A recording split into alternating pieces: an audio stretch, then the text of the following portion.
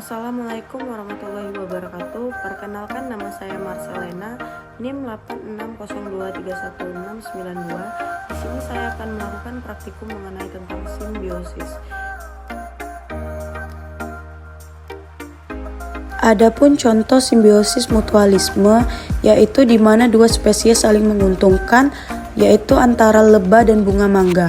Lebah di sini mendapatkan keuntungan mengumpulkan nektar yang ada di dalam bunga mangga sebagai sumber makanan. Sedangkan bunga mangga mendapatkan keuntungan karena lebah membantu proses penyerbukan yang memungkinkan bunga mangga untuk berkembang biak dan menghasilkan buah. Adapun contoh selanjutnya yaitu semut dengan tanaman seduduk. Semut mendapat keuntungan sebagai tempat tinggal atau perlindungan, sementara tanaman seduduk juga mendapat perlindungan dari hama dan herbivora, di mana semut dapat menyerang atau mengusir serangga hama yang mencoba memakan daun, bunga, atau buah pohon. Selanjutnya yaitu tanaman dan cacing.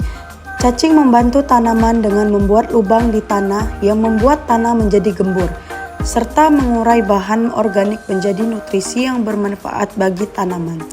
Dan cacing mendapat keuntungan berupa makanan dari bahan organik seperti daun kering yang telah membusuk di dalam tanah.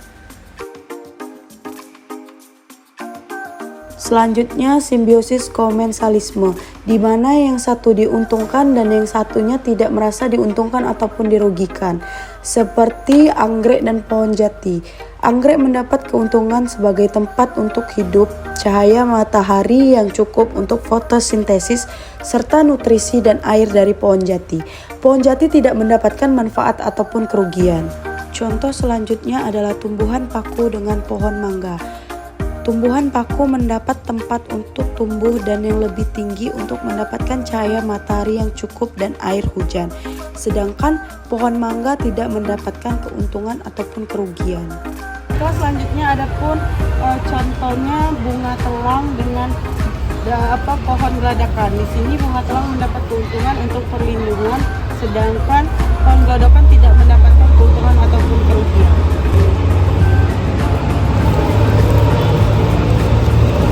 Selanjutnya ada pun simbiosis parasitisme, di mana satu untung dan satu rugi. Salah satu contohnya yaitu jambu dan belatung. Belatung mendapat keuntungan dengan memakan daging buah jambu sebagai sumber nutrisi untuk tumbuh dan berkembang.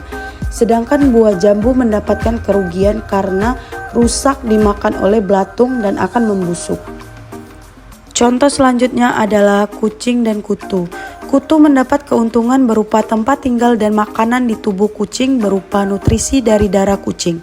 Dan kucing merasa dirugikan karena mengalami gatal-gatal dikarenakan gigitan kutu dan kehilangan darah yang bisa menyebabkan anemia. Selanjutnya pohon pokat dan benalu. Benalu diuntungkan karena menancapkan akarnya ke dalam batang pohon untuk menyerap air dan nutrisi.